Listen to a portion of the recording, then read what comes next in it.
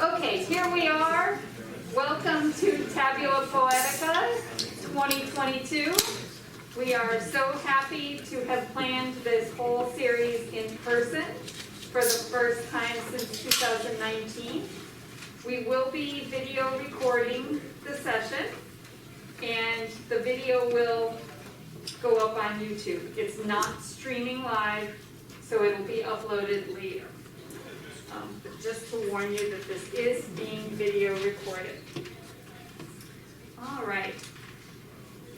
So I want to let you know a little bit about what's coming up, and then we will get on to the exciting part that is poetry. So in addition to today's events, who was here this afternoon for the talk? Okay. I totally agree. So we had a talk this afternoon. We'll have the reading tonight. On November 8th, we have Carolyn Forche, who will be doing a poetry talk in the afternoon, same room, 2:30, November 8th. She will not be doing a reading in the evening, so make sure you get to the talk that day.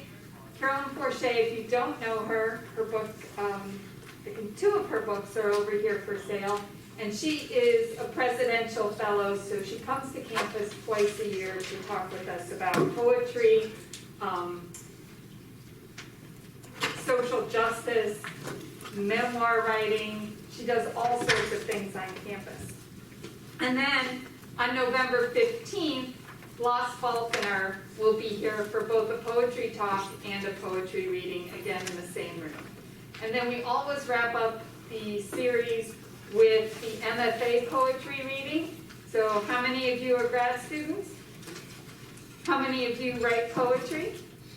Okay, so some of these people, you just saw them raise their hands, they'll be reading at that MFA poetry reading. That may be a surprise to some of them. And that's during finals week on December 13th. Tabula Poetica is sponsored every year by the English department, and we're grateful. We've got our new department chair in the back there, Linda Hall. So thank you, Linda, and the English department. That's my money. We have also been sponsored this year very generously from the Dean's Office of Wilkinson College of Arts, Humanities, and Social Sciences, and also by poets and writers with grants that they give to poetry events in California. So whenever you enjoy a literary event, I encourage you to purchase the books. We do have the bookstore over here. We've got tonight's poet's book, plus we've got the other two poets who will be coming. So take a look at the book. And if you don't know Diana's book, I would say, even if you don't think you're going to purchase it, go look at it, because she's doing so many things with visual elements in the poems. So it's really important to see them on the page.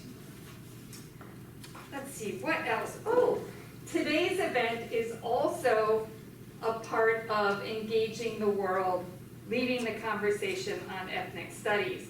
And the Dean's Office has given me more information to share with you about that program. Skip ahead there. Wilkinson College is committed to leading the conversation in our community on issues of humanity, unity, and justice.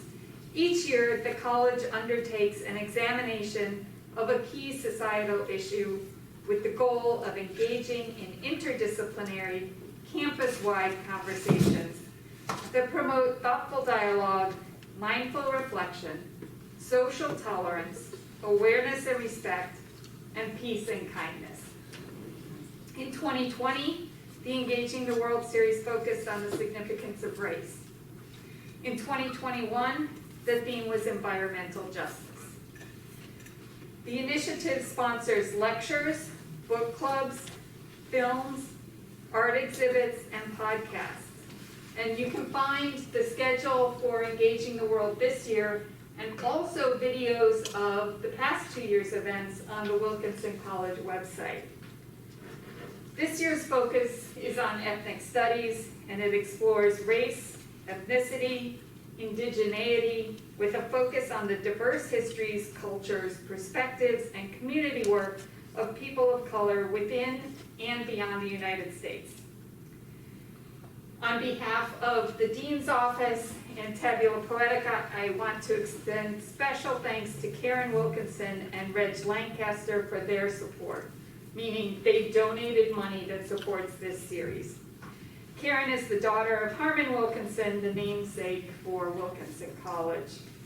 Other sponsors include the National Endowment for the Humanities, the Office of Diversity, Equity, and Inclusion, the Office of the Provost, the Fish Interfaith Center, Atala College of Educational Studies, the Peace Studies Department, and the Musco Center for the Arts. So that's why I had to read it, because there are a lot of people supporting today's events. What I'm really up here to do is ask you to do what? Silence your phones. So double check to make sure that your phone isn't going to ring during the event. If you also want to say on social media that you are here having a great time with poetry, I encourage you to do that. I am going to turn over the podium to my amazing colleague, Genevieve Kaplan. Dr. Kaplan teaches the poetry class on Tuesday evenings, and so many of you know her from class. So, welcome.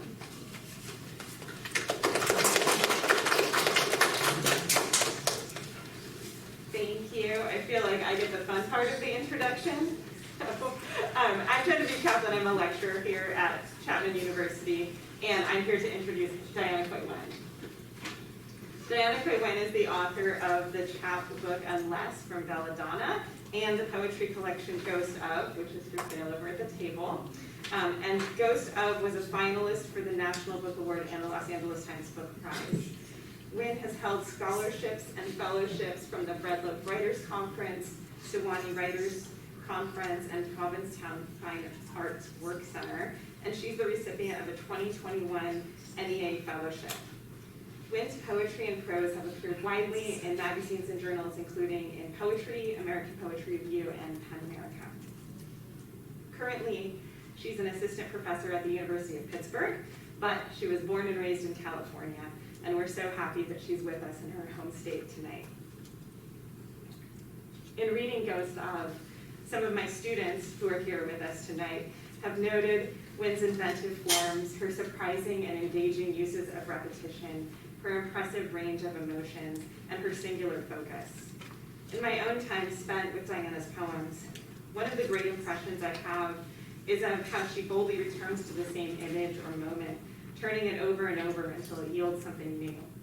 In her triptychs, for example, she offers readers 3 versions of the same image: an excised photograph, the poem filling the space of the excised void, and the poem leaving the void visually open. Similarly, she repeats words and phrases until they find a new path forward. For example, she writes, "Today you said, today we can be less. We can we be? We rage against each other, can we rage with each other? Can we open the door?" For me, Nguyen's poems frequently push against boundaries of the field of the page, of reader expectations, of what a poem is understood to look like or be, in fruitful and exciting ways. But now it's time for you to have your own experience with Nguyen's writing, and so I will turn the microphone over to her. Please join me in welcoming Diana Khoi Nguyen.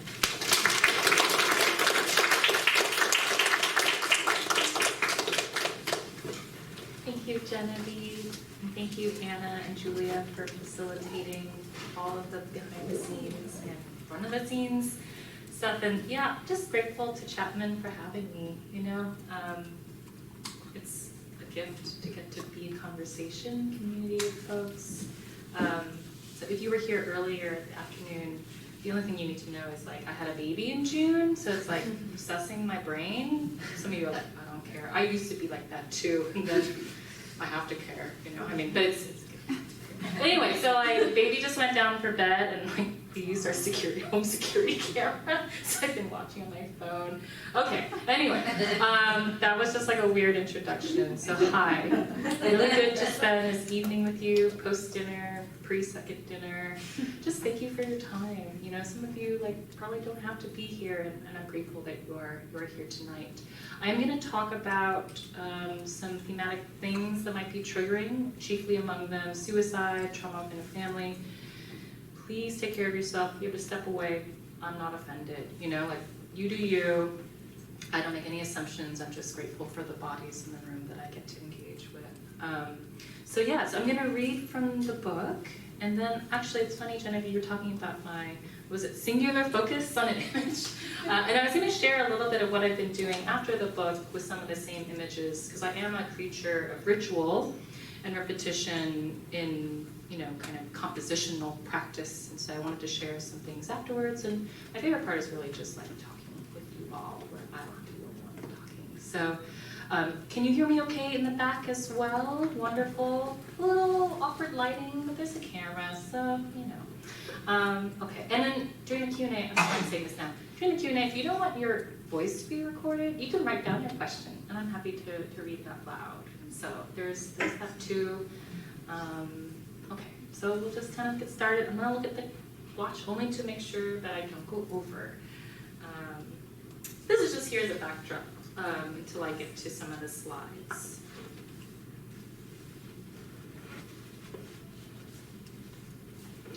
A bird in Chile and elsewhere. There is no ecologically safe way to mourn. Some plants have nectaries that keep secreting pollen even after the petals have gone.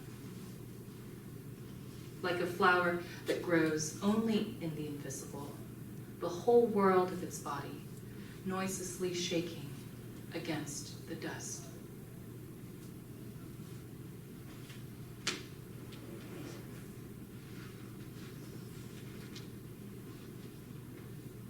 Overture. Around a pool of sorghum, thief ants lower their mouths and twitch in the feed, each animal growing by accretion, vote by vote, the theory of seconds increasing until the clock starts over, the paycheck, DNA. How long until the rice is ready? How long has the rice been ready? I feel my hair growing and know not what it means. When we drove across train tracks, I threw my arms across my brother's lap to absorb shock. The question remains, which of us had the best life? I can't be sure, but this will sting, I said, when I held my mother and put my brother's hand back beside his body. The ants move closer and closer and closer. The ants move into my head, my mouth. I taste the ants. I swallow the ants. A spider could have woven around my mouth like a room, a kiss, a woman still burying herself, pulling off the world like flies' wings. The distance between sugar stores is grief. I belong to a club that gets salt each month from a sea I've never inhabited. My mother scattered his ashes into the sea, and each night I draw a bath with ashes from incense. The real sea, a sound with music and water. In the future, is it possible to alter the half-lives of isotopes? I cannot see the future for myself or any of my doubles, but I see the days ahead of him. Surely it cannot go on much longer, this desert oasis. Surely it cannot go on much longer, this desert in which the jet black inkwell of my eye spills, staining the ants who come to see.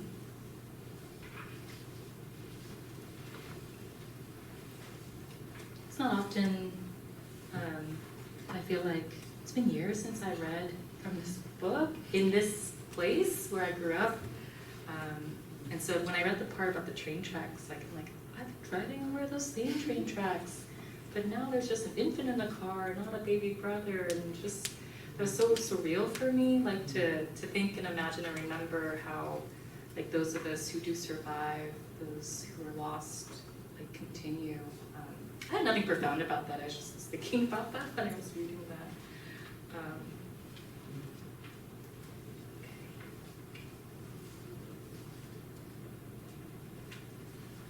The Exodus, Saigon to Los Angeles, 1975 to 2015.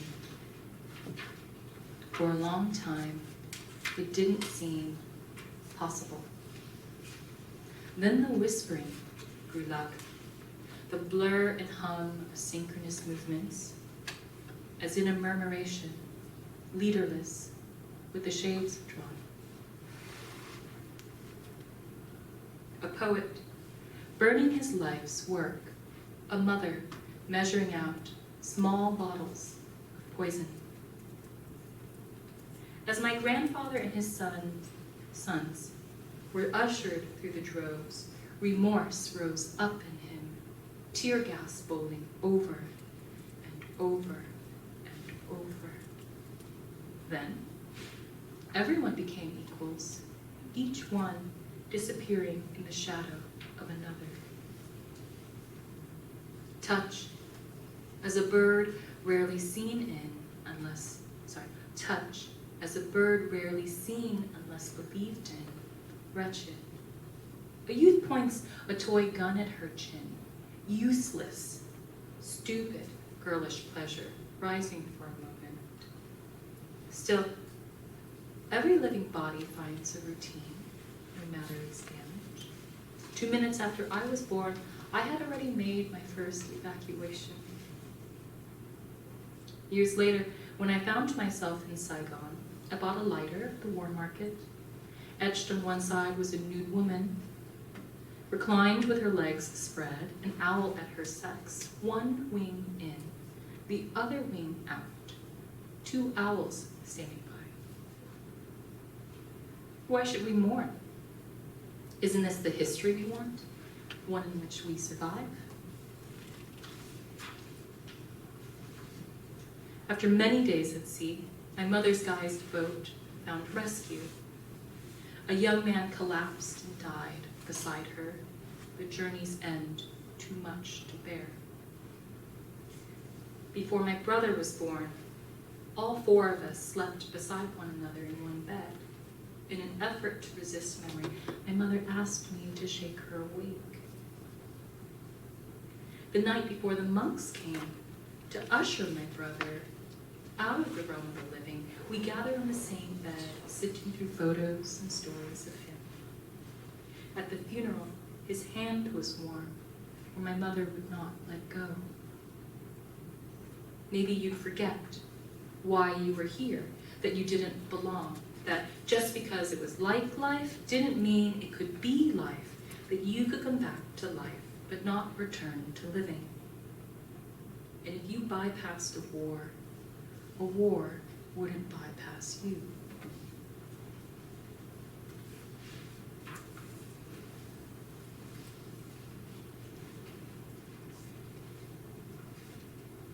You know, sometimes you think you know what you want to read, and then you enter into space, and you're like, actually, I don't know why, but I'm going to read this one. Maybe because Genevieve mentioned repetition, but also I just wanted to talk about swimming, because I've been doing a lot of swimming. I mean, I do that everywhere I go, but I learned how to swim here. Okay. Grief logic. If you swim against the fish, your legs will grow longer. If you swim with the fish, every bowl of water will tremble in your hands. If the fish swim across your path, hang your head in imitation of a child hiding her face. For there is no calm in life, not even underwater. If there is a calm, it can be found after death if something comes after it.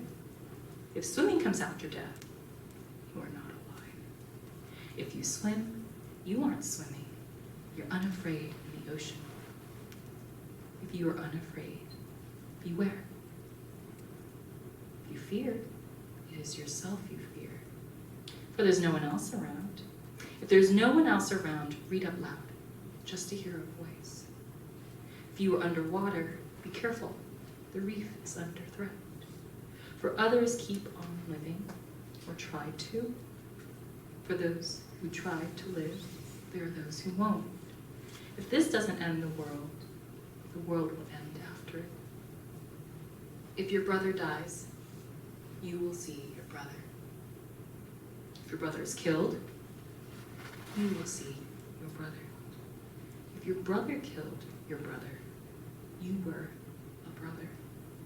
For the brother is a subverter of his sister. If the brother is a subverter of his sister, the sister is a subverter of the brother, if the brother is alive. Each day I want my hair short, and the next day, the opposite. Each day I want my hair long, and the next day, the opposite. Each day is the next day, and its opposite. That which is identical on land is fraternal underwater. That which has happened cannot happen again. When I am nothing, if it cannot happen again, it is nothing. And when I am nothing, I'm going to miss the groceries here.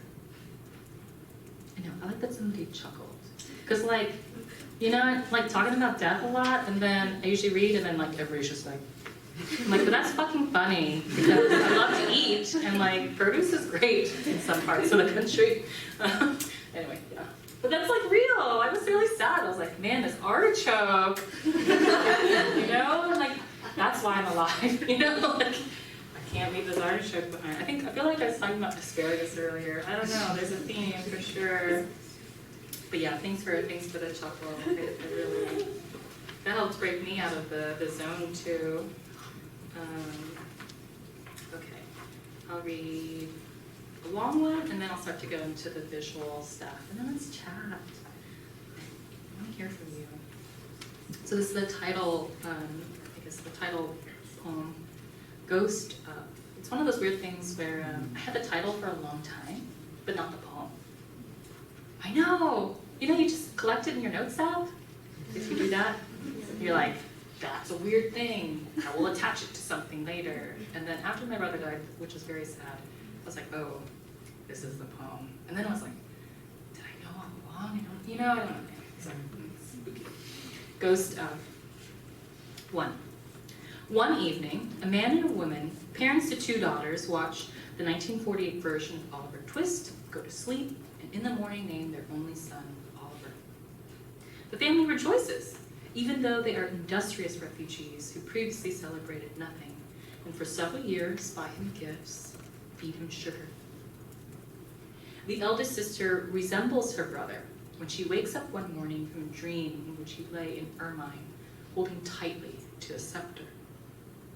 Soon after, her hips whiten. One lone hair grows in her armpit. Sometimes the daughter feels like a son. Sometimes the son feels like a shadow. You can't draw inside the body, he says to his first grade teacher. So why try to draw what's inside the body at all? 2. If one has no brother, then one used to have a brother. There is, you see, no shortage of gain and loss. Let's admit, without embellishment, what we do with each other. When the daughter begins to walk, it is apparent that she ambles pigeon-toed. A doctor tells her alarmed parents, no surgeries needed, just some roller skating. Each day after work, the father helps his daughter stay upright on her skates. If you have a father, then you also have a son. A child has difficulty weaning from nursing bottle to glass of milk. Concise in her expression of impatience, the mother pours a gallon of milk over the girl's head. A tiger came across a donkey, and having never seen a donkey before, mistook it for a god.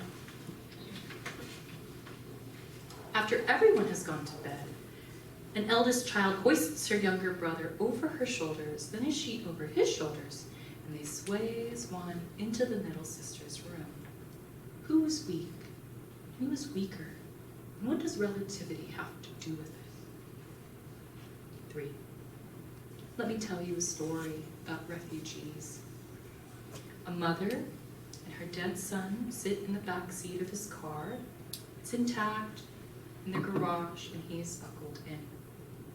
She brushes the hair behind his ear. This is the old country, and this is the new country, and the air in the car is the checkpoint between them. Let me tell you a story about seatbelts. While driving her children to the local pool, a mother enumerates to her children their failures. There was a mother, she says, who put her children in a car, sewing their seatbelts so they couldn't unbuckle them, who drove them off a seaside cliff. A boy on a unicycle goes round and round a lighthouse, dodging tourists, ridicule, and awe. He doesn't go up. He doesn't fall down. Son, says the mother, meaning child, not her husband. Son, says the father, whose name is Son. Sister, says the son, lying in a coffin. To hell with family, says the rest of the family. 4. A brother is a brother when he has at least one sibling. The brother believes he is not a brother, but one in name only. When the brother meets a couple of his parents' age, he takes the time to tell them he's an only child and an orphan. The 3 of them agree that one must not be without family, but there must be at least 2 in a family. That 3 is even better. They embrace, and the couple encourages the brother waiting for the other shoe to drop. Whose shoe? His or the couple's? 5 pairs of shoes dangle from the pole of the traffic light. Over time, birds make a nest in each hollow, each separate space. 5. Your hat is Mexican? Asks a sailor in Côte d'Azur. No, it's Moroccan. Are you from Japan? Asks a Moroccan shopkeeper in Marseille. No, I'm American. Is belonging and fulfillment possible without family? No. Is it possible with family? No. You cannot connect if you keep answering no. You cannot keep your brother alive if you keep your mouth shut. You cannot keep your brother alive. At camp, some counselors take the kids on an excursion into the woods, leading them in a game of hide and seek. One boy, a deaf child, who was also going blind, hid so well they couldn't find him, and he didn't find his way back. He had done everything right.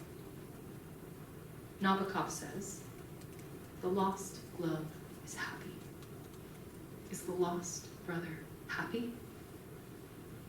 6.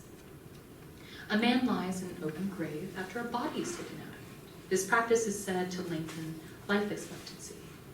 The brother imagines his bed as a nest in which his body is found. There's a story about a man galloping by another man who asks, "Where are you going?" "Ask my hearse," says the man. "I was never lost in the jungle," says the father, "just looking for a way out."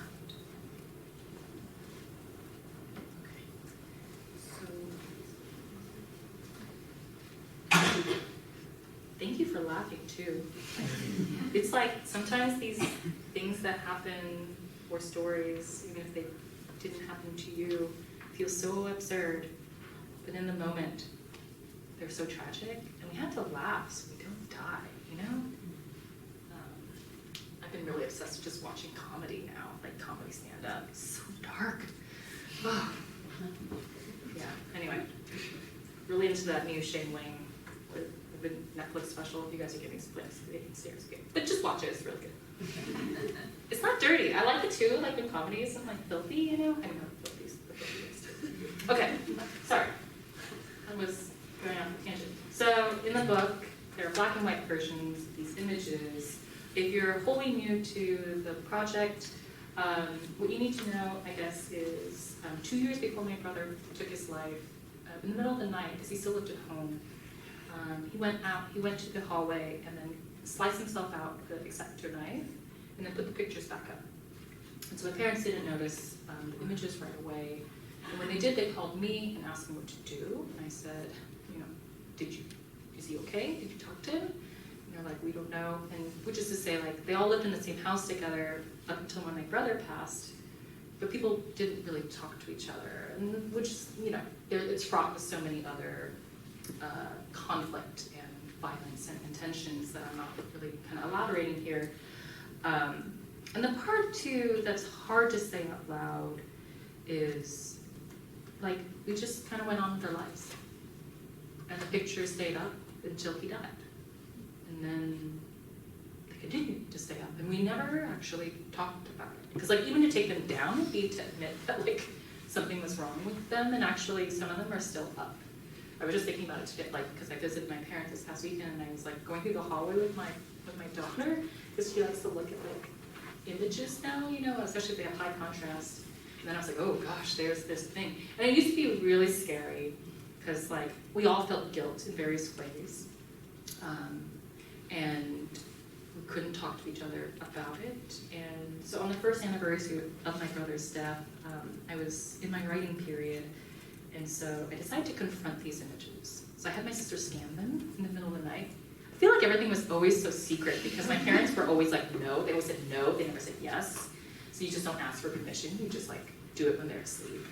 I guess. I feel like I'm always a teenager, probably. And then, when you scan stuff, it's like super high resolution, and you open it, it's like ginormous, and you're just like looking at somebody's like foot.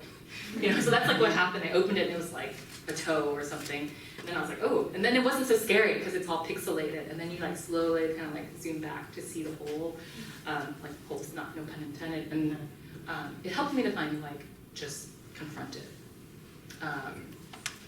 And I was like, and then because I was in my writing mode, I wasn't in my like sad sister mode. I mean, I was, but like, like you have channels, right, or like departments, and I was like, oh, well, I'll fill it in with a poem. Like I'll just write into it, see what happens. And so I did.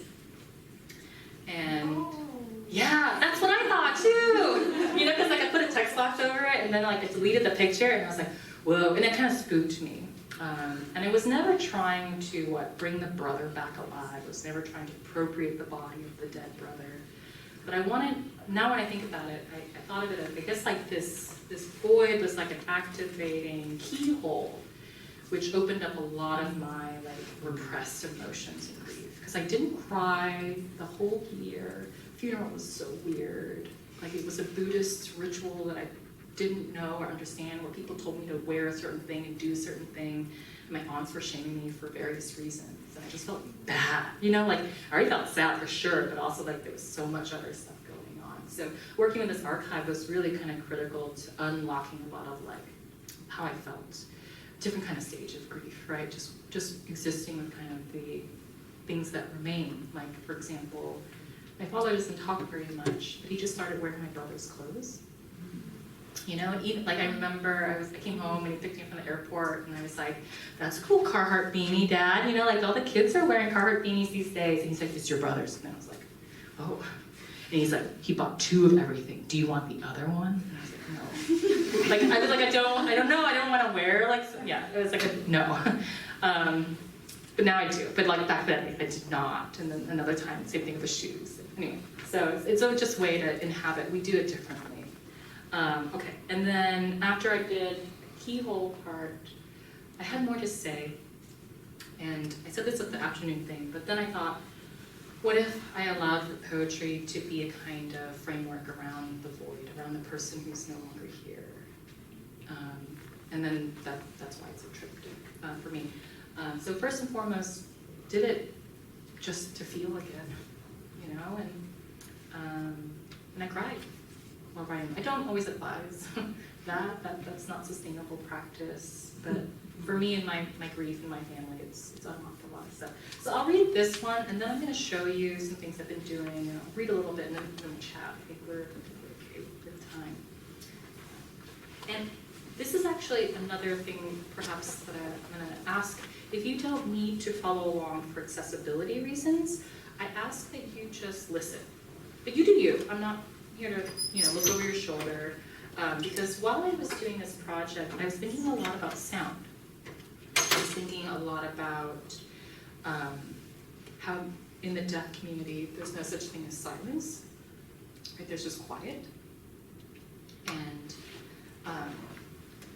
so that made me think about like voids that aren't visual, and then thinking about spirits and ghosts. Sorry, this is like a weird tangent because my brain is like not making the full connection here. I remember my mother has all these things that she's always like calling me. She's like, eat more turmeric. And then one time she was like, make sure you always crack the window anywhere you are, even if you're in the car and it's snowing outside. I used to, I didn't always live in California. And she's like, so your brother can enter. And I love thinking about that he might just be in the atmosphere and he can enter. And ecologically, actually, too, like he's scattered in the Pacific. Anytime I'm in a body like the ocean, I'm like, maybe is that just like part of like this larger ecosystem? So that has also helped me in grief, just thinking about like, that we all just decompose. I know, sorry, but you might not want to think about that. But anyway, sorry. I just want you to listen if possible, because I was thinking a lot about sound, who gets to make sound, and how we translate voids, visual voids, into quiet or, quote, silence. Triptych.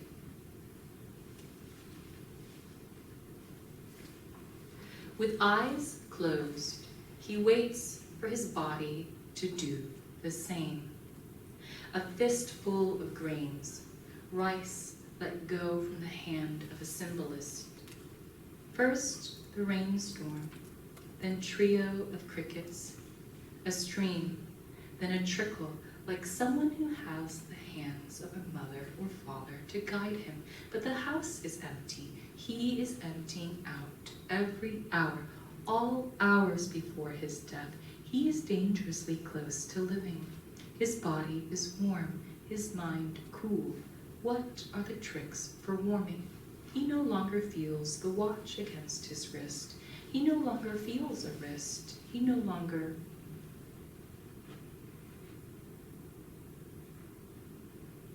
What may exist between appearance and disappearance, between sound and silence, as something that is nearly nothing, slow music, quiet music, spared music. Of sound and form, I fell asleep tonight after feeding us both.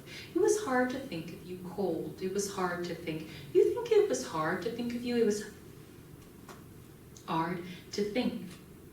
Well, I slept soundful. The wind howled and wept its whistling teeth. It has sound, but no form. What has a form, but no sound? There is no sound for everyone, everyone has a sound. There is no sound, for there is no sound there, for everyone is there. Anyone between the sound and the silence, some solitary figure ambling along the loop. No sound in which the performer is silent. He is a point to part. No sound overtaking sound to the verge of vanishing. Oh, sound, not one, no one silhouetted against the empty scores, no duration to arc, but still a space to occupy, an occupation. Tonight, I fed you first, then myself,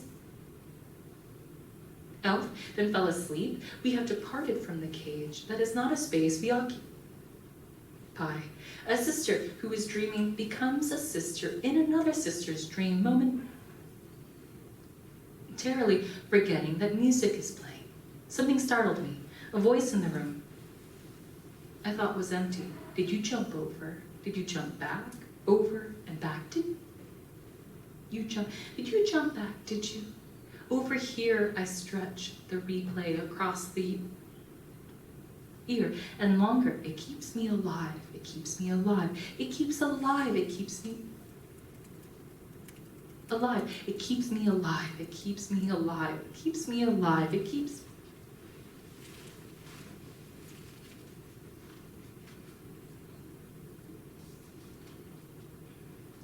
I feel like I have to, before I say what I'm about to say, I read somewhere that like when animals get shot, they shiver, they shudder.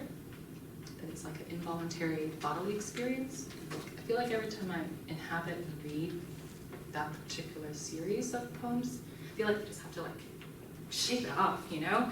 And so it makes me think about like goosebumps and shivering in a totally different kind of way. Take that what you will, I guess. Okay. Each year I write around the days leading up to my brother's death. I think of them as like death anniversaries. I don't think about how old my brother would be now, 20, or he would be like 32, oh my God. I actually think about how old is his ghost? He's 8, you know? He's like, oh, he's like, in like elementary school, you know, he's playing with the, you know, like I think of him as like his new life in the afterlife, and that brings me much more joy than like that he would be. And so similarly, I feel like the grief poems continue to evolve across the years. And so this particular year, when I went back to the pictures, I like zoomed in and thought about all the pieces that he left in and just started to like, I don't know, play around on a page. And so I'll read from this, but not every part, because not all the parts are legible. In a particular note, I stopped thinking so much about the brother, but about who survives him. Like, all these women people, you know, like they're not that old anymore, they're much older. You know, I don't recognize really like that child version of myself. And so I started to just write into those bodies to see what would come out as like a kind of memory work exercise. And so this is a series called Beside. Eschew.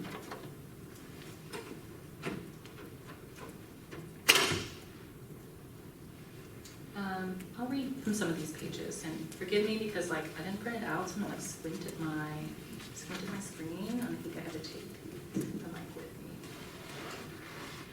On this side of language, can I look forward as well as back? As babies in pictures, he and I were twin copies. When I saw him, I saw myself. I saw him in me. In myself, I see our mother now. Here, I see two of me, simultaneously. In a hand I know as I know my own, deft, and how sure it cuts.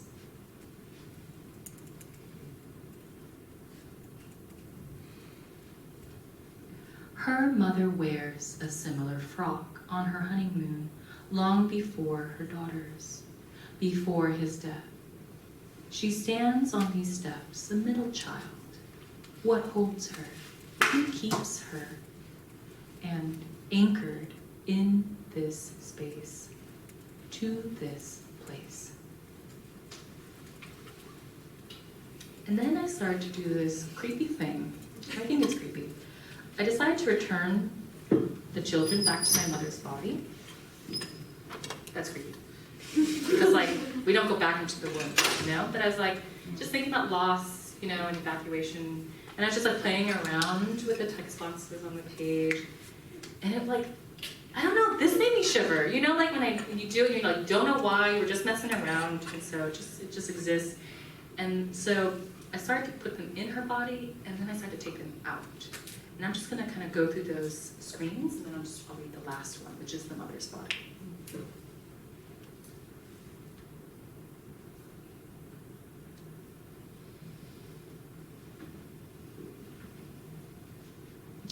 If we accept the camera's record, let it be known how she staged each of us, every gesture. We couldn't say no. Photographs trigger ones not taken, pictures forgotten in our minds. She cannot remember what she has done. What did she do to deserve such wretched children? She knows now she wasn't meant for this, didn't mean to do it, any of it. Let her undo it. Let it be undone to her, to all of us. The war, how it foreshadows. In my mother's most kind of, I think, manic moments, she used to say to us when we were kids, like, she didn't know, but she, like, she wasn't meant to get married and have kids. It was too late, you know, like she was married and did have kids. She just like listened to her parents, and that's what you did. Like, got out of the house and you just went to another person's house, you know, like it's like kind of marriage property, and then you like buy the house and then like, you know, have children, and she never like consciously thought about actually what she was suited for. I didn't understand that as a kid, how she didn't feel like she had a choice then. And I think as I grow older, I have a different kind of compassion for her. And then next year, I call this series Eclipse. I thought about, well, I don't know, I'm just like obsessed with climate change now. So I was like, well, what if I trace in, I think I used Illustrator or Photoshop, I can't remember which one. What if I trace around the family and delete them and cut them out, just as like a digital exercise? And because I don't know how to properly use Photoshop, like after I used the lasso tool to trace and I hit delete, it like filled it in with a background. I don't know what happened, but it was so cool because bamboo filled in, and if you know anything about bamboo, it doesn't die. And so I was like, this is truth. Like after we're gone, the bamboo will be there. And so I'm really like excited. So we're like laughing, but it's also like weird that I cut us out, you know. But I was just thinking about like ecology and like we're all gonna be gone. And so I started to do a series. I'm not gonna read this one today. I just don't feel up for it. But I kind of then did a kind of stenciling, and I actually usually play a recording of myself reading one, and then I read where the bold part is. But so just in case you were curious how it works. I wasn't sure for a while how to do that. But like, look, Photoshop. So maybe it's great that I don't know how to use Photoshop, in my opinion. Yeah.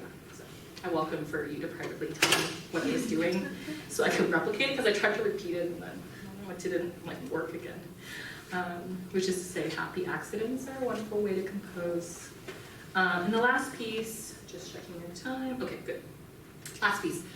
My work is now much moving more towards the diaspora, the Vietnamese diaspora, specifically North America, where I live and have access to kind of, I don't call them interviews, because then I have to go through like IRBs. I just call them conversations. I know, my advisor told me to do that, so, you know, I'm just listening to my, you know, PhD advisor. It's not data, so it's okay. Yeah, we're just hanging out, eating and talking, and I get their permission to record. And I'm not doing anything really with them at the moment, just listening. But this actually particular photograph, which I've kind of redacted here, comes from my, so my grandmother passed, I think a year ago, after a bout with pancreatic cancer, and she had 11 children. That's a lot of pregnancy. I think she was just like always pregnant, you know, for like a decade, right? That's what that means. And yeah, I know, yes, more. But like, I think after her passing, like all my aunts and uncles kind of went through the family pictures, kind of like, oh my God, you know, that kind of stuff. And I'm pretty sure they were like a little bit more privileged in Vietnam because they had access to a camera, which is kind of a big deal. And anyway, so I saw this picture, and for those who were here in the afternoon, this is like a listening to image moment, because like I saw this picture, I didn't even know that my mother was one of the women, or like the girls in the picture, but I was like, something about this picture, like not just like 4 kids playing, but then I looked closer, and I realized like, oh, this is probably late 1960s. The war is going on. North versus South. And we have 2 eldest brothers opposing each other with 2 sisters at their sides. One of them is my mother and one of them is my aunt. And the one thing that you should know is these 2 eldest brothers, even after my grandfather said, continue to like try to outdo each other. And they use their own children in this proxy battle. Like, my son skipped 2 grades, you know, who cares? But like, they still do it now. Like, I just saw somebody like this week, because we had like dim sum, and they were like, oh, did you know, have you been to see so-and-so? He has a boat. And I was like, great. You know, it's like, just get over it, guys. Like, misery, you know? But like, it's just, you all have families, so you know, there's various family like stuff that happens, but there's so many sides that happen, and lies and weird battles. But I was just like so amused that they played like this as kids, and they're old ass people, they're in their 70s, they're still doing this. Maybe they're not touching each other, but they're gray haired and they're still, you know, flexing with their Teslas or whatever. So, okay. I think this will be the last one that I read, and then I'd love to chat. But the parts that I've redacted, that was where I felt like the vibration coming from, and that's actually where they're holding hands. They're actually not holding a rope. They're just battling with their hands. And if you think about hand holding, it's such a tender gesture, but here it's actually a proxy form of warfare while there's a war raging. So there's so many resonances for me. And oh boy, I hope I can see my own font as I proceed into the pages. I should have thought about this. Okay. I think I'm gonna try to zoom in. I don't know if I could do that. Let's see. I can. Let's do it. 200? Yeah. Okay. Yeah, that's better, right? Yeah, okay. I guess I don't have to like lean in. Of a photograph, Bart's studio tells what has happened as it was happening this one split second back in time. I travel back in time to return to a place. I've never been to a place which had to exist in order to exist on film. In my mind now do I see the moment. The stadium, a field where grass grows far past my mother's young ankle, the rear of an automobile parked beside the boundary of trees. Upon my own childhood 30 years later, can I map this terrain? The grass, the open field, children's bodies in motion testing what their bodies are made of, because they can, because it feels good to do so, to strive in this way.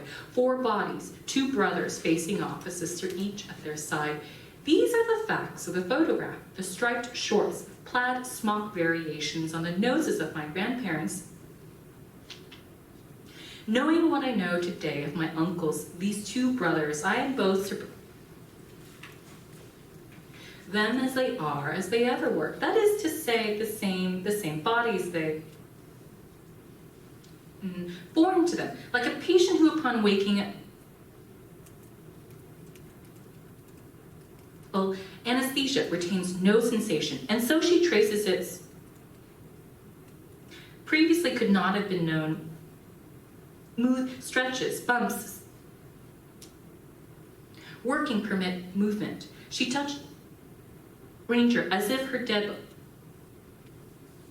these bodies, dead, and people very much, them now and yesterday, and evidence of who will die, but here in the photograph and present moment they exist. But what strikes me is how they hold each other, which is the way in which they hold themselves, together, securely, so that the grasp does not come loose. 4 hands in contest, held in 2 knots. To embrace is also to secure, which also keeps another's body in place, in time, for the time being, until somebody lets go or breaks free, is the love of a sibling peer, until somebody realizes they hadn't been able to see things all too clearly, and so the fog of the family lifts, but just for a moment, because when your country is at war, and you do not have time to consider how to love your brothers cautiously, because it's black and white. Isn't it the photograph, the war, the decision to keep on living, even though you couldn't say why or what for? I cannot speak for my mother or her brothers,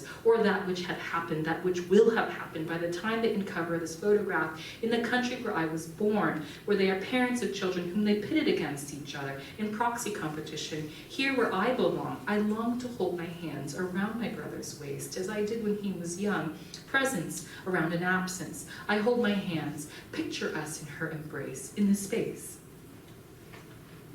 Okay, and then this is just me rendering that vibrational of like the image kind of present. And that's my mama. Yeah, she looks so cute. And it's funny because like my aunt, that's still her face. You know, like you know, some children they kind of like transform and anyway. Oh, I think somebody feels locked out. We can let them in. Now we're transitioning to the like Q&A. Thank you for listening. And thank you for being here.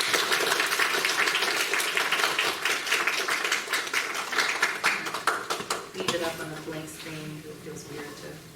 Would you prefer me moderate Q&A, or you just want to have a? I think just organic, yeah.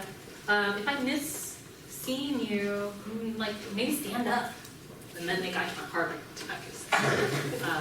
But yeah, so I said this in the afternoon, don't censor yourself in terms of your questions if it's deeply personal.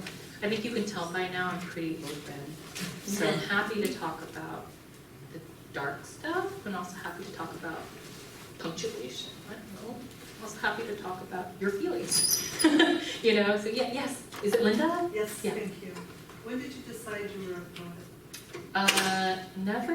Never did.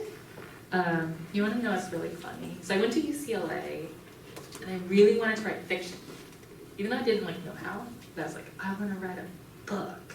And to me, I didn't read too much poetry. And at that university, you have to apply to get into a creative writing workshop as an undergrad. I don't know if it's like that here. Hopefully not. Yeah, I know. So cutthroat. Jeez. Anyway, I couldn't get in. And then I was like, what was that? Big mistake. Well, I don't know. That's okay. I wasn't offended. And I remember I was like, well, one time in Latin club, I know I was a nerd. I won an award for a poem I wrote about a statue. I don't know, weird. Classics is weird. And I was like, I'll just try to apply for the poetry workshop. And you know who was teaching it? Joy Harjo. Oh no! That was my first class. Wow. That's crazy. Yeah. Wait, can I tell you more? This is gossip, but actually it happened because it was real life. But it's gossip because you weren't first person account. Anyway, first day of class, she came in. And she came in a flurry because she came in late. And she's like, oh, sorry I'm late. I just quit this fucking place. And I was like, oh my god. And I was like, I'm like a sophomore. I don't talk. I don't raise my hand. I didn't raise my hand until I was my senior year. And she's like, this department wants me only to teach classes about Native Americans, and I just want to teach poetry, so I quit. And we were like, hi. She's like, you guys are my last class at this university. I know. And then she's also like, we're gonna end early because I have to go home. She was commuting from Hawaii, and I was like, I want to be a professor when I grow up. I know. She was living in Hawaii. She was commuting. Oh my God, this is live. And then she was our most recent poet laureate. Anyway, that's my story about Joy Harjo. It was a really amazing class. That was a really intense first day. I stayed. I was really scared. And then I guess the rest is history. Sorry, Lynn, I didn't answer your question, but I took that class. I learned a lot. I guess they're on a quarter system. Every quarter I took a poetry class. And then I was like, oh, okay, I'll go to law school, get real with my life. And then I had a mentor ask me, if I had ever thought about doing an MFA. And I was like, no. That's for serious people. And he's like, you should do it. And I was like, nah. Don't look at me. And then I ran away. And then we went to office hours and talked about it. And then a few years later, I decided to apply. But it was never a conscious pursuit. Sorry, your question was making me think about this question that somebody emailed me that I haven't responded to yet. But they were like, what is an act that somebody did that was deeply impactful? And I would say I think that one professor just seeing me outside of the classroom and just saying you could do this. And I was like, no. Because in my my relatives, they came to this country as refugees, and they all became doctors or dentists. I guess a dentist is a doctor too. But I have a doctorate, but I'm the wrong kind of doctor. So whatever, philosophy. Yeah, they all became engineers. They were very practical, because for them it's gotta put roots down, you have to have sustainable job, etc. And they're the arts, what is that? That's something you do for fun, So I never really thought about it. And then even I think when I went to go do my MFA, well, here's the thing. So I took time off after I graduated, and I worked for Apple after the launch of the first iPhone. You guys don't even know, that's a long time ago. What is it, iPhone 16 now? Yeah, oh shit, just aged myself. But 16 years ago, I know when Steve Jobs was still alive. And so I worked for Apple. I burnt out in tech, and I was like, I'll apply for an MFA. And then I went. And even then, I was I don't know, there's no money. What job am I going to do? I'll just go back to tech and make money. And I just never went back, So when did I decide? I'm still deciding, right? Like, I'm still learning, you know? Yeah, so that's a good question. It was weird to put it in my bio, like, I love poet. I always feel like, yeah, you have a question? Hi, I would actually like to ask you about punctuation. Thank Yes. you so much for coming in to read and Oh, yeah, you're very us. welcome. That was wonderful to hear you read. And I noticed there was not a lot of punctuation, and Oh, yeah. especially in the pieces that are very visual. And so you wrote them so you have an idea of where the pauses are in the work. But I'm thinking about being someone who comes in and noticing with the repetition and the way that the sentences sometimes are more fragmented, and just wondering what your thoughts are in terms of punctuation for your poetry? Yeah, so the poems I read from the book do have punctuation. I might even argue, then there's semicolons and there's commas. But yeah, for sure, there are no periods and things aren't capitalized, in part because a lot of this exercise was almost as if I was, I forget. Oh man. Oh, I was talking to Stephanie. Stephanie was talking about how some of the male students in her class were responding to the Bruce Lee quote, like quotes that I'm using at the end of the book. It's like that stereotypical thing, like, be like water, my friend, right? Like when he's talking about, like, tea in the teacup. Okay, I did like a really bad, I do that accent. And so I love to think about like the language just pouring into the bodies, like a mold, and so I don't want it to be a stoppage. And in some ways, actually, like, it just feels like the pieces could kind of continue, and actually, like, they kind of do, especially, let me see, like this does kind of continue. If I open up my word processor, you'll see that there's more words, and I'm gonna share a really gross analogy, so, like, forgive me, it involves urine. So a lot of my process, maybe this might work for you, think of it sometimes like when you have to give a urine sample. You gotta clean up, right? Like all the bits that you're gonna pee out of.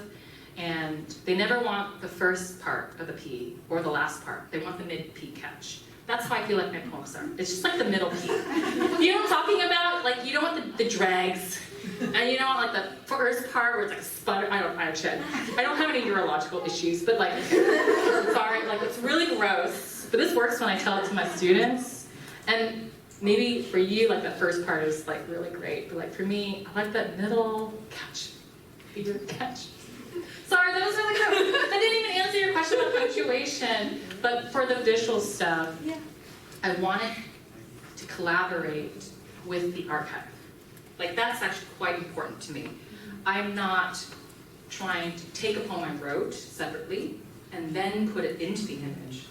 Actually, so you didn't ask me that. I'm literally putting a text box over the body. I don't know what I'm gonna say. Oh, watch out, and then I just start typing. And then when I get to the end of the white space, I hit enter. So I'm like literally teetering back and forth in the body, which is a different kind of I can't say that word. Inhabit. I was like, inhabitation. I was like, no, that's not. And that changes my relationship. One, you don't have to think about line breaks, but you do have to think about how many letters are in a word. So it changes my use of multisyllabic Latin verbs. I don't use them anymore. Like, and then it becomes very Anglo-Saxon diction, not intentional, not always. Especially because I do want the last word not to be cut off, so like, anyway. And then there's this whole other thing that like you all won't have to worry about until you like get your books picked up, and maybe you already have, which is amazing. But like, we chose a different font for this work in the book, which meant all new line. But it's okay, because none of it was intentional to begin with, but it just meant like a lot of going back and hitting enter. If you, like, it's because I did this in like Word. I didn't do this in like InDesign. Who has like the license? I didn't have a license. Or not InDesign, but like, Illustrator, Adobe. Really expensive. I need to subscribe, you can't torrent that shit. Anyway. All students have access to Oh yeah. Any university you do. Yeah, but yes. Yeah. Anyway, so don't. So do you not revise these at all? No. If I do, I'll rephrase it this way. Sometimes there's a typo. And then I cry, because like, then I have to change everything that comes after, because it like really shifts But that's a kind of fun jigsaw. I don't know if that's the right analogy, but it's like a fun, different kind of puzzle. Yeah, so, yeah. Thank you. You were asking about punctuation. That was perfect. Oh, Thank yeah. you. So I told you about the midstream. I told you. You'll never forget that one. Yeah, big pea catch. Yeah. Yeah, so in a poem like Tug, Yeah. where you are blocking your own poetry, is there a fear almost that the parts that are being blocked are contributing, are directly contributing to like meaning, and then how and so do you work around the parts that you know that you're going to take out without it making it seem like you wrote around those parts? Oh. I feel like you asked such an astute question, and I think I'm going to poorly reduce it to, like, do I worry about people not getting what's happening? Sure.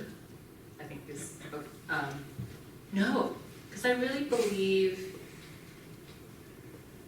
that what I'm working through, because I'm not pandering to, like, what's the word, LCD, like lowest common denominator reader. I'm writing for myself. Okay, so like I know a lot, but I'm writing for maybe a version of myself that's a stranger to my history, which is like, I think that the context can fill in just enough. It doesn't even matter that the parts have been redacted with visual image. I actually had a version of this where I had there was this, but I don't actually like this. I don't think I'm actually going to include it in the book. I'm like, why? Just because it's like the last part of the piece. And it's not because I'm like against the number 4, you know, like, and I want it to be a triptych. I'm like, nah, it's not doing it for me, you know, the blocks of text. And there's something else, like, which is, the poem doesn't exist by itself. It exists as part of a larger body of work, and will appear in a book. And so the book itself also fills in, which is to say, like, sorry, you didn't ask this specifically, but I would say, like, no one poem has to carry everything. It could just be one drop. It could just be one sentence. It's part of a larger constellation, right?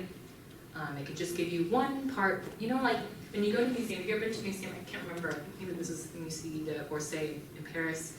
But I remember they were painting so big that I had to, like, walk across, like, the floor. And I could open, it was like, I don't know, winter landscape and some dude skiing. But I remember just like, wow, look at all the shades of white. You know, like, who knew? I mean, I really didn't know there were so many shades of white in terms of thinking about snow and the textures of snow. And I think poems are like that too. I don't know, I think when I was in school, I was trying so hard to say so much, and it just felt not right. Now I just plan around. I don't always know if it's gonna work, so I let it sit sometimes, and it might not for some people, you know. Did I kind of approach the realm? Okay. Okay. Yeah. Okay. Thank you. Yes, in the back. Thanks for holding me. I was curious. I just feel like I've read some of your poems today. Oh, okay. I also feel like I'm getting hit by like a freight train just because Oh it's no. in a good way. Oh, okay. Like seriously. Like full of butterflies. I guess for me, just everything that you've been saying kind of strikes me that you've kind of gone through the depths of life and everything. I guess I was just curious. I want to hit you with a freight train as well. So I'm curious, like, what your relationship with fear is, and like when you're about to write something like intense, like, you know, you have like a title of a poem for like forever. Like, is that fear that's keeping you? Is it just not the right time? Like, is it like therapeutic? Is it like work? Like, how does it feel? Yeah, this is a really good question. Sorry, I cut you off at the end there. My relationship to fear. There was fear with the pictures the very first time, because I had avoided them for so long. But I also felt stuck. I also felt so sad. And when you miss somebody so much, like, how do you get closer to them? I couldn't bring myself to wear his clothes. I did something a little weird, which is like, so this is a roundabout way to answer the question, and I'm getting a little emotional just thinking about it. I didn't know how to talk about how I felt for a while, so like, before I started writing, actually, it was nonverbal. I retraced, this is so morbid, I retraced my brother's steps before he died. We knew that he ate McDonald's because there were wrappers in the trash. So like on that anniversary, I went to McDonald's and I tried to imagine what he ate. And then I ordered it and like I just went home and ate it. That felt weird, you know? I wasn't gonna like try to kill myself, but like I wanted to get close to like, you know, like what Lorca's Duende talked about, like the rim of the wound. I wanted to get like close to that edge, but not die, not perish, to continue surviving after it. So I ate, and I like tried to imagine what it was like to not have hope, and not want to be in the world anymore, and that made me so sad, because I shared this in the afternoon, but as a teenager, because of so much tumult in my household home, like I was suicidal too, but I never talked about it with anybody in the family, and so to know that my brother had those feelings and succeeded in his own life-taking was crushing. Like, because in a certain way, I know a fragment of what that felt like. And so I ate the McDonald's, and actually, I got this mattress cardboard from like the alleyway, recycling, and I built a coffin for myself. Because when he was in a cremation ceremony, he's in a cardboard box that's placed in a rented coffin, and then we like wheeled it into the crematorium chamber, which was really scary for me. That was very fearful. And doing these things, I will tell you this, so yeah, there's so much fear going into all this, but I'm also a creature of process. I'm also obsessive. So like, if I have a task, that task somehow distracts, even if it is oriented in this kind of grief work, which is very scary. So it was more like, how am I gonna take the joints of this cardboard box, and I'm measuring the box to make sure it fits.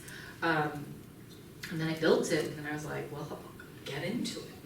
You know, but it doesn't have a lid because it was an open box, and it surprised me because once I got into it, it was kind of amazing. It was so peaceful, not because like I imagined myself as dead, but because I couldn't see anything in the room, and I could only see the ceiling,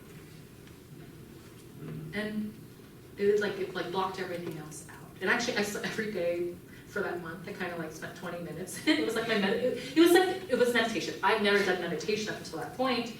And now I was doing it. And actually in the coffin, I started to talk to my brother. I'll be like, was it weird for you to be in that box? And then like, just shoved all of it into the, and then it became ash. And that became this like weird, awkward conversation that enabled me then to do like the image work. Does that make sense? Sometimes, I mean, as infants, right, I just had a newborn. We move from pre-verbal, non-verbal, before we have language. And so it makes sense to just do things, move with your body, even if it's not quite accurate hand-eye coordination, until you like nail it. I wasn't trying to nail it, but like just trying to not feel sad and shitty in one place. So I'm a creature of must work, must do. And at a certain point, mid-catch P, remember? So you're not seeing everything that I've done, but you're seeing the parts that mattered and lasted with me, that's enabled me to have conversations about suicidal ideation, loss of a brother, like with strangers. So sorry, I don't know if that answered your question about fear. So for me, as I am an avoidant person and procrastinator, like some of us are, but you know, sometimes procrastination is its own tactic, so we're just germinating. I also have deadlines for myself, so I write. Somebody asked me this at the book signing earlier. I write 15 days in the summer, because I'm not teaching in the summer, and I write 15 days in December around my brother's death, and I've been doing that for the last almost 10 years. So this book, written in 30 days, just spanning 2 different years. Not every poem from all those days are gonna look great, but like, you're gonna write 15, at least 3 maybe, no more than 3, but like, are good. And I love it because it's exhausting, as you know, to write a poem. You guys have to do it maybe weekly for classes, to do it every day, and to try to do it for good, like for real. and not like, here's a haiku about my toenail, you know? Actually, that could be. But that kind of the pressure means that after day 3, all my usual tricks are up, and I'm sick of myself. And then I hit rock bottom. I go through this existential crisis where I'm like, I should never write again. Oh God, what am I gonna turn in the next day? Because I do this with a friend, right? Like, so email back and forth to hold each other accountable. And then it's in that, oh my God, I don't know what to do anymore. That you're just like, oh my God, look at this door jam. I'm gonna write with this door jam. You know, and then you like just attach onto whatever, and innovation happens. And that's when I started to like do this stuff for the pictures. That's how it's worked for me. I'm always trying to escape myself. You can't. But I fear that like floundering feeling. But it also drives me, right? So it's how we funnel the fear so that it's not debilitating. And there's some days where I'm just like, I'm gonna watch Netflix all day, and at 1 a.m. I'm gonna try to write a poem. But like, your body is a sponge too, and then whatever I was watching on Netflix, whatever that nature documentary is, maybe it was about, I don't know, pufferfish. I was writing about pufferfish, but who knows, I would have done that before, you know. Okay, now I'm going on a tangent, but like, hopefully that helped in some way. That was not a freight train. We need a nicer word for this train. Also, like, Amtrak is on strike. Anyway, topical, yeah. Yes? So you talked about the triptych. Yeah. And then you also included, and I don't know if I can pronounce it, but Gyotaku. Yeah. And I was wondering, like, if that's like an impression, Yeah. of fish or whatever, and so we had all those different impressions and sometimes turned into images, but I was wondering, were those impressions of those same poems, how is that different from the triptych, or what were you trying to convey, maybe the repetitiveness of the feelings of grief that continue, or what were you trying to convey as far as the content of it? Yeah. Yeah, sorry I was a little distracted, so I just wanted to pull it up so you could see it in all of its little red squiggly marks. Did you guys look up what Gyotaku is, for those of you who have read? Okay, that's okay if you didn't. No shame here. Okay, so you're familiar with, at least in the United States, sport fisher persons. They go out, catch a big ass marlin, and what do? Like, look at me with this fish, killed it, right? Sorry, I don't like mocking them, like, I don't know, I just don't like killing things. So like, they take a picture of their catch. Okay, in Japan, before photography, they would apply a kind of sumo ink to one side of the fish, and then press it against like a muslin cloth or paper, and that preserved the essence of what they caught. I love it.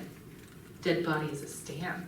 I'm thinking about my dead brother. I'm working with these like image, text, and actually I was watching, I think it's a PBS documentary about eels. So if anybody wondered why there's so many eels in the book, now you know. If you don't know it, yeah. Also, eels are mysterious. Scientists don't know where they spawn, how they spawn. I know, and actually, like, they just know they're reverse salmon. They actually give birth in the ocean deep. Even the eels that they tag, they mysteriously go missing. But we know that baby eels are born and then they make their way to freshwater. Crazy. And the adolescent stage is called an elver. You might have seen this word because in the news there was like a guy at LaGuardia with a suitcase of elvers trying to smuggle some baby eels in. I don't know what that was about, but I guess they're also like a commodity. And so I spent a long time one night procrastinating from writing, watching elvers on YouTube. Elver is also triggering for me because it's an echo of my brother's name, Oliver. My parents wanted us to have like Western names, right? But they couldn't pronounce our names, so they reduced all our names to the last syllable. So my brother was just known as Ver. So whenever I think about Elver, I hear my brother's name. And also, it was adolescence that, sorry, I don't even remember what the question was. Oh, it was about Gyotaku. I'm getting to it. Yeah, okay. So, well, okay, I'm going to stop talking about the eels, unless you guys want to know about the eels. Okay. Okay. What was I talking? Oh, this is why I'm attached to eels and why this arrangement of this particular Gyotaku. I watched just videos of baby eels because of dams and waterways and what humans have done to our waterways. Not always all bad, but it's bad for the eels because they can't make it, so they've adapted. Some traverse temporarily on land. That makes them a creepy ass snake. It's true. You can watch, yeah, it's true. These are eels though, and then they go back to the water, and then some, and this is where I was bawling. I was watching these little elvers trying to traverse like vertically up dam walls. And actually, I think I write about that in the book. And they try and they fall down, and they try and they fall down, and some of them make it. And I thought about my brother and his like mental health and how alone he felt and how he struggled as an adolescent, and he had insomnia, and then he finally took his life at 24. But it was a really hard adolescence for him. So when I think about, so there was something like activating, like about watching that elver trying to like scale up the dam walls with the water coming down, and just like how hard it is to be alive in this biological imperative to like move in this way. Like, too bad that elver can't just be like, fuck it, I'm gonna just hang out in the ocean, you know? Like, start a new kind of eel that only stays in the ocean. But they don't do that. So this is one of my obsessive, like, you can see elver in the petition, and then I have the part where it's thinking about the eel returning upstream. But this is, of course, the body, the cutout, where my brother's body would be. And like a stamp, the dead body is a stamp. Each time you press it again, the ink diminishes in intensity. So I played around with opacity, and then I just did that like manic thing on my page where I just like copy, control, paste like a lot. And I just started moving all around, and I was like, this is how the eels fuck in the ocean. I don't know. You can look this up on NPR. NPR did a study on it. But like, I remember hearing one scientist say like, think it's just like a massive orgy of like slithering bodies. Sorry, this is so gross. But it's also true. And it's kind of amazing that like scientists still don't know. And that's like this is like my dead brother text.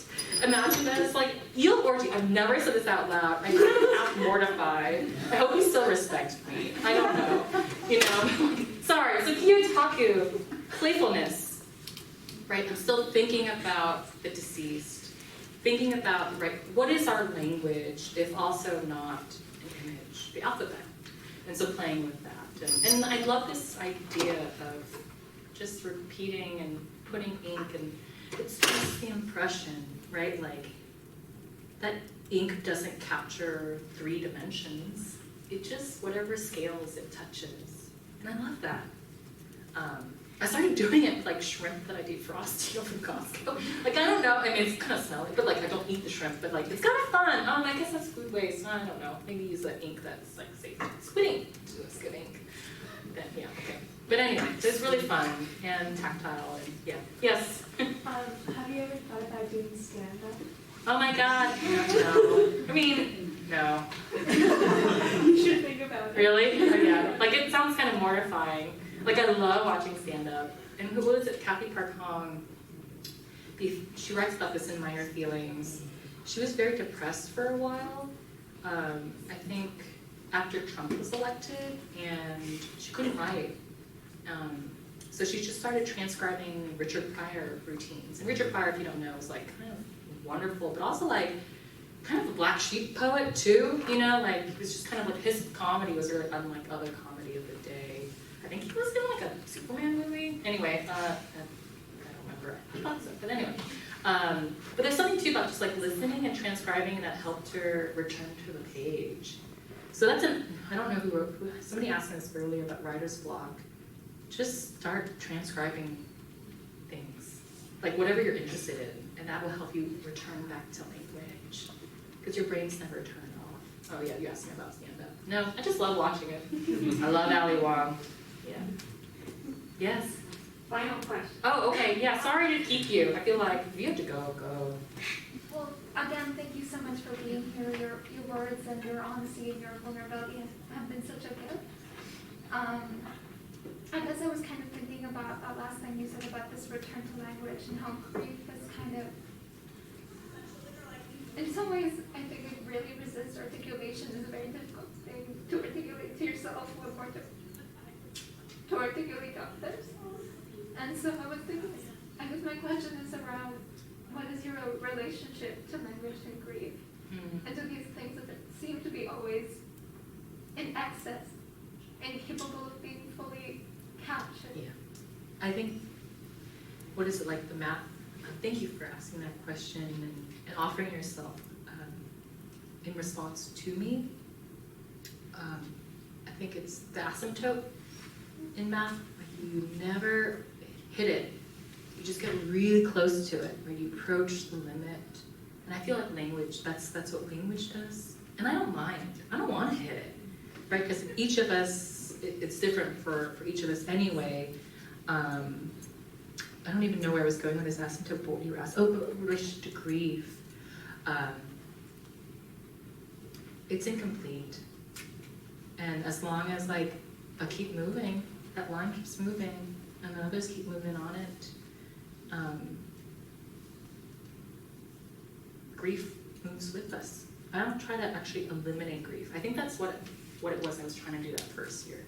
I wanted to be rid of grief, this like illness. Now I'm like, it is a sibling, right? It with me, I like it. I don't want to live without it. I'm not scared of it. It's growing with me. I wanted to end on something that when you were saying like, I think did you say the word like inarticulation? I was thinking about this moment was life-changing for me. Poet Susan Howe, she's also a scholar. I remember seeing her read once in 2011 at the Poetry Project in New York City, St. Mark's, and I didn't know anything about her work actually. And I remember she was reading and I couldn't understand what she was saying. She was reading English, but it was like all the jumbled bits. I wonder if I have, the project is called That This. Maybe I don't have it. No, those aren't. Oh, here we go. Let me just start. Thank you for bearing with me here. No, okay.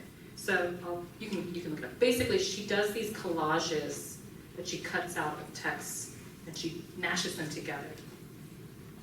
And then she reads those sculptural word collages. But mine, like, I'm actually reading like a sentence, you know. For her, she's reading like this garbled like sounds. But sometimes you can hear words. And it sounds like a person sobbing. And I remember she was doing this performance, this reading, and I started crying, and I didn't know why. And it was like the thing, like, oh my God, you're just like swept up in it. And then I actually like got her book and I read it, and I realized I was like, oh, her husband died suddenly. She didn't know how to talk about it or say it. She does say it like in the middle of an essay about some dead English dude, because she's also a scholar, and she's like writing about this guy she's been researching. And like in the middle of this essay, she talks about her husband dying suddenly, and then she kind of resumes. And I was like, oh my God, I get it. My parents went to work the day after they found my brother. And I was like, I get it. And then you get to the second half of the book where you have these prose collages, or, you know, and like she captured the inarticulation of grief through like this material. Like she used language as material. And it was amazing. And I think seeing that gave me permission to play. And I don't use the word play lightly. Like it's not like, oh, haha. It's like, no, play to release like all the things that we feel and contain, which is like part of health, I think. You know? Anyway, I don't know I answered anybody's question, but you're nodding your head, so like I think I said something. Yeah. Yeah. Thank you. You're very welcome. Thanks for being here. Yeah.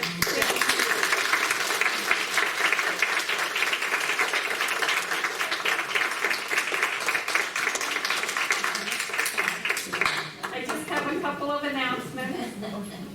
The next Tabula Poetica is November 6th. The next Engaging the World event is actually next Tuesday at 11:30 a.m. and it's Creative Sovereignty, a conversation with artist Gerald Clark. Outside this room in the hallway, you'll see Tab Journal, and it's our 10th anniversary. This is an international poetry journal, and just glance at the cases to see all the different kinds of things we're doing, because we also play with the visual and material. And then finally, I encourage you to go ahead and purchase the book, and I'm sure Diana would stick around to sign it if that's something you're interested in. So thank you all for coming. Let's give Diana a great big round. Thank you. Oh yeah. Be well. Tell people you love them. That was like